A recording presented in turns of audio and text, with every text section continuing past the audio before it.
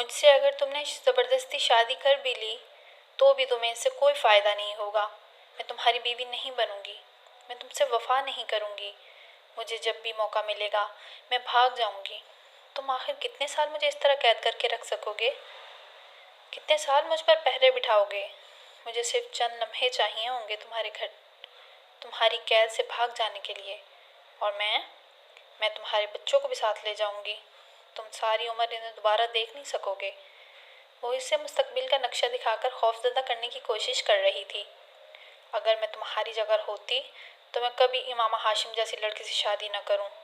یہ سراسر خسارے کا سودا ہوگا، حماقت اور بے وقوفی کی انتہا ہوگی۔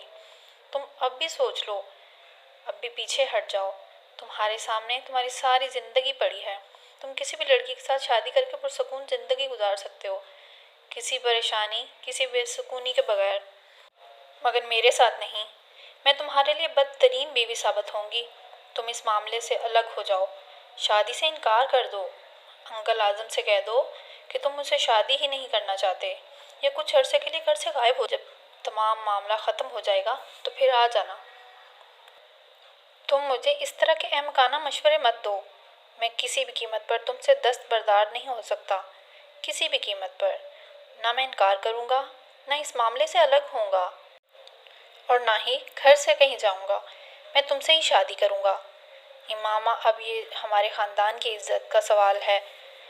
یہ شادی ہونے اور تمہارے گھر سے چلے جانے سے ہمارے پورے خاندان کو جتنا نقصان اٹھانا پڑے گا اس کا تمہیں بالکل اندازہ نہیں، ورنہ تم مجھے کبھی یہ مشورہ نہ دیتی۔ جہاں تک میری بیوی ثابت ہونے یا گھر سے بھاگ جانے کا تعلق ہے تو یہ سب بات کا مسئلہ ہے۔ میں تمہیں بہت اچھی طرح جانتا ہوں۔ تم اس طرح کے ٹیمپرامنٹ کے مالک نہیں ہو کہ دوسروں کو بیجا پریشان کرتی رہو، اور وہ بھی مجھ سے جس سے تمہیں محبت ہے۔ اسد بڑے اطمینان سے کہہ رہا تھا۔ تمہیں غلط فہمی ہے، مجھے کبھی بھی تم سے محبت نہیں رہی، کبھی بھی۔ میں ذہنی طور پر تمہارے ساتھ اپنے تعلق اور رشتے کو اس وقت سے اپنے ذہن سے نکال چکی ہوں جب میں نے اپنا مذہب چھوڑ دیا تھا۔ تم میری زندگی میں اب کہیں نہیں ہو، کہیں بھی نہیں۔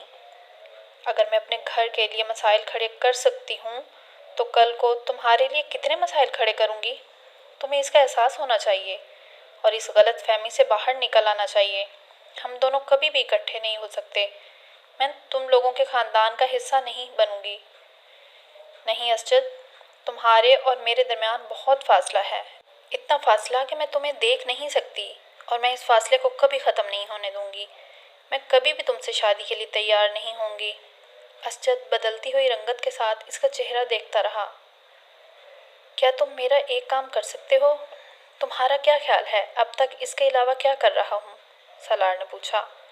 دوسری طرف کچھ دیر خاموشی رہی، پھر اس نے کہا، کیا تم لاہور جا کر جلال سے مل سکتے ہو؟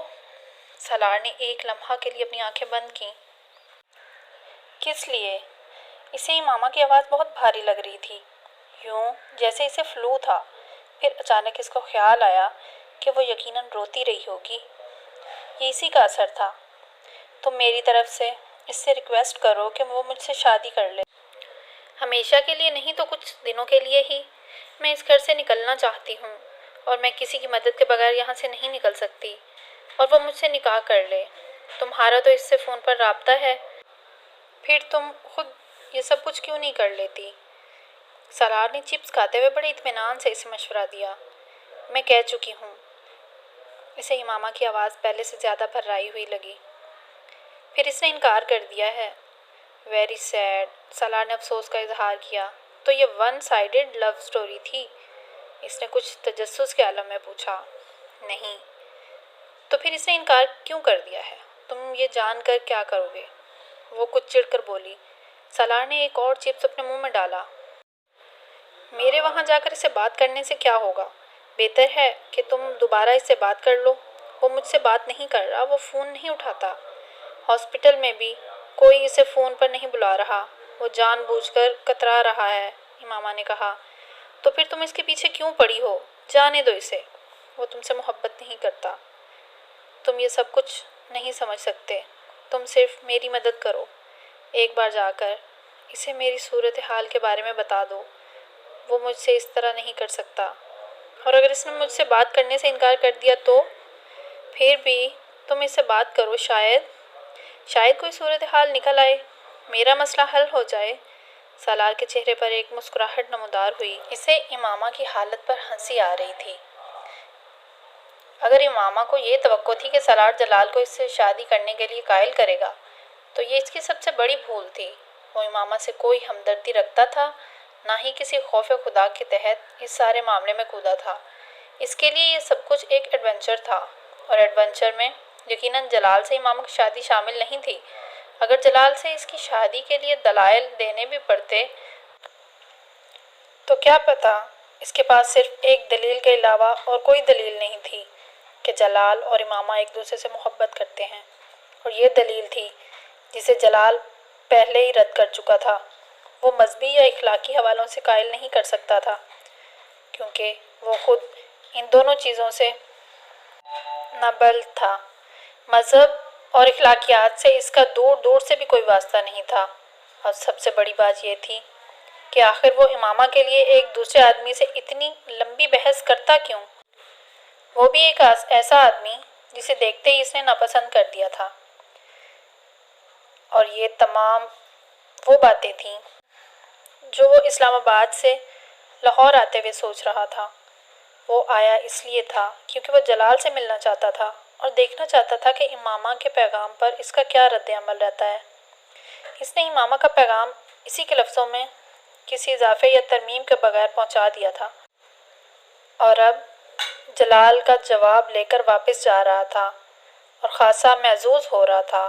آخر اس پیغام کے جواب میں وہ کیا کرے گی، کیا کہے گی؟ اسجد سے شادی تو وہ نہیں کرے گی، جلال اس سے شادی کرنے پر تیار نہیں، گھر سے وہ نکل نہیں سکتی، کوئی اور آدمی نہیں جو اس کی مدد کے لیے آ سکے۔ پھر آخر آگے کیا کرے گی؟ عام طور پر لڑکیاں ان حالات میں خوشی کرتی ہیں، اور بس وہ یقیناً اب مجھ سے زہر یا ریوالور پہنچانے کی خواہش کرے گی۔ سالار متوقع صورتحال کے بارے میں سوچ کر پرجوش ہو رہا تھا۔ خودکشی؟ Very exciting! آخر اس کے علاوہ اور کر بھی کیا سکتی ہے؟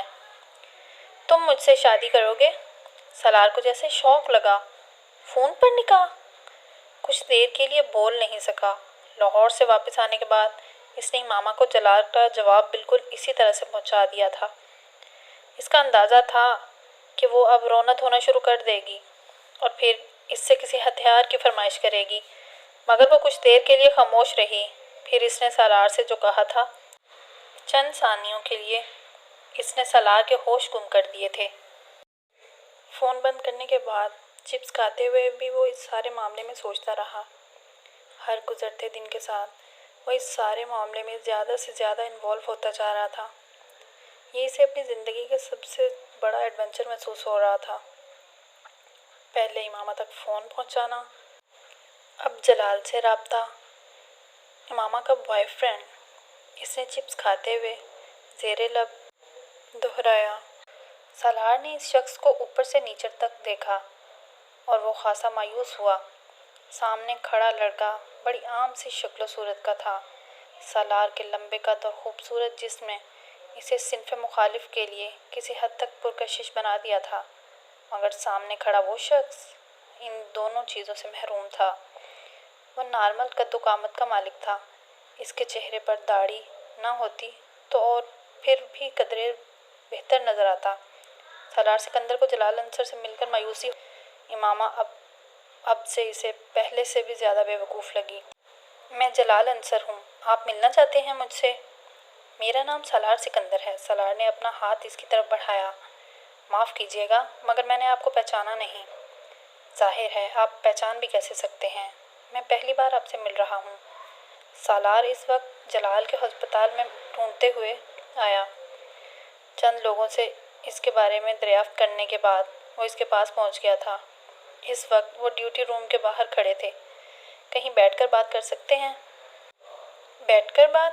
مگر کس سلسلے میں؟ امامہ کے سلسلے میں۔ جلال کے چہرے کا رنگ بدل گیا۔ آپ کون ہیں؟ میں اس کا دوست ہوں۔ جلال کے چہرے کا رنگ ایک بار پھر بدل گیا۔ وہ چپ چاپ ایک طرف چلنے لگا۔ سالار اس کے ساتھ تھا۔ پارکنگ میں میری گاڑی کھڑی ہے، وہاں چلتے ہیں، سالار نے کہا۔